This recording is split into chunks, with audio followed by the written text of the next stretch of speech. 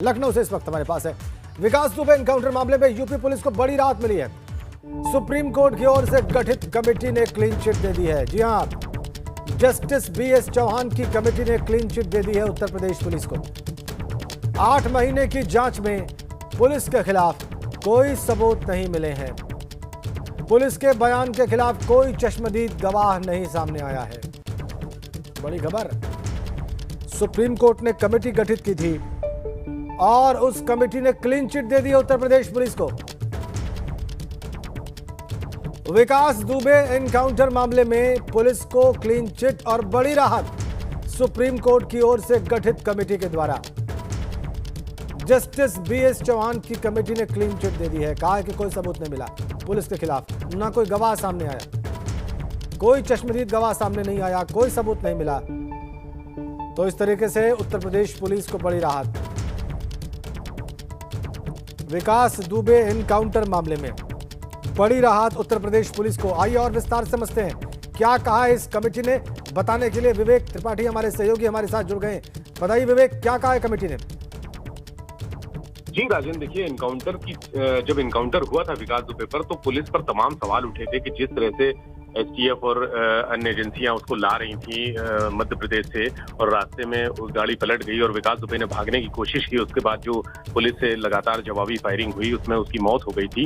इस बात को लेकर तमाम लोगों ने सवाल उठाए थे। उस समय शिकायत भी हुई थी, एफआईआर कराने की भी कोशिश की गई विकास दुबे के जो परिवार वर्ग के लोग थे और अन्य समर्थक थे उनकी तरफ से।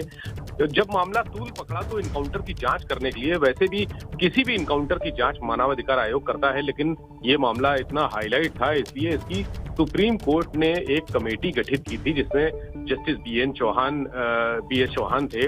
उन्होंने जांच की और करीब 8 महीने की जांच के बाद इस आयोग ने अपनी रिपोर्ट दी है और ये कहा है कि यूपी पुलिस के खिलाफ कोई भी सबूत नहीं मिला। दरअसल जब जांच हो रही थी तो यूपी पुलिस के खिलाफ जो आरोप लगे थे, जो भी एनकाउंटर को फर्जी बताया था, उसको लेकर जिन लोगों से बात हुई, जिन लोगों को बयान देने के लिए बुलाया गया, जो शिकायत कर रहे थे, उन्होंने भी इंटरेस्ट नहीं लिया इसमें बहुत ज्यादा। और सारी जांच कोई भी चश्मदीद गवाह इसका नहीं मिला, जांच कमेटी के सामने कोई भी प्रस्तुत नहीं हुआ, किसी ने भी बयान नहीं दिए। उसके आधार पर कमेटी ने अपनी 8 महीनों की जांच के बाद जो रिपोर्ट दी है, शासन को रिपोर्ट सौंप दी है और उसमें कहा कि पुलिस जो है वो क्लीन चिट उसको दे दी गई है। पुलिस के खिलाफ कोई भी आरोप साबित नहीं हो पाया। कोई भी ऐसा व्यक्ति नहीं आया जो कहे कि इनकाउंटर गलत तरीके से हुआ है या उसमें कोई फर्जीवाड़ा किया गया है या विकास दुबे की हत्या की गई है। ऐसी कोई भी जांच कमेटी के पास ऐसी कोई भी रिपोर्ट नहीं आई।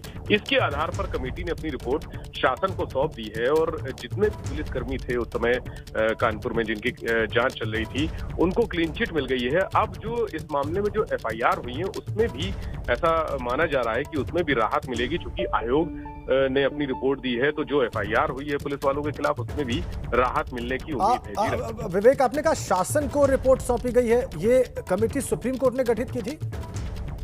जी, ये यूपी उत्तर प्रदेश के शासन को रिपोर्ट सौंपी गई है। ये पुलिस, चूंकि सुप्रीम कोर्ट ने एक कमेटी गठित की थी, शिकायत वहीं पर हुई थी। यहाँ पर भी हाई कोर्ट में शिकायत करने की कोशिश की थी, लेकिन उसको बहुत ज्यादा संज्ञान में नहीं लिया। तब ये सुप्रीम कोर्ट गए थे और सुप्रीम कोर्ट ने अपनी तरफ से स्वतः संज्ञान लेते हुए कमेटी गठित की थी, जिसकी रिपोर्ट यहाँ उत्तर प्रदेश शासन को सौंप दी गई है। जस्टिस बीएस चौहान जो कमेटी को हेड कर रहे थे, उनकी तरफ से जांच रिपोर्ट आई है। अब इस रिपोर्ट को शासन के ध्यान में रखा गया है। यहाँ पर जो अपर मुख्य सचिव अवनीश अवस्थी हैं, उनसे जो उनके पास ये रिपोर्ट आ गई है। अब इसमें आगे जो कार्रवाई होगी, जिस तरह से वहाँ कानपुर में एफआईआर दर्ज है पुलिस वालों के खिलाफ और मानवाधिकार आयोग की भी जांच चल रही है और तमाम अन्य एजेंसियां भी जांच कर रही थी, उसमें जो पुलिसकर्मी फंसे हैं उनको राहत मिलने की उम्मीद है। जी ठीक है विवेक, हमारे साथ बने रहिए आप, आपने बड़ी खबर दी।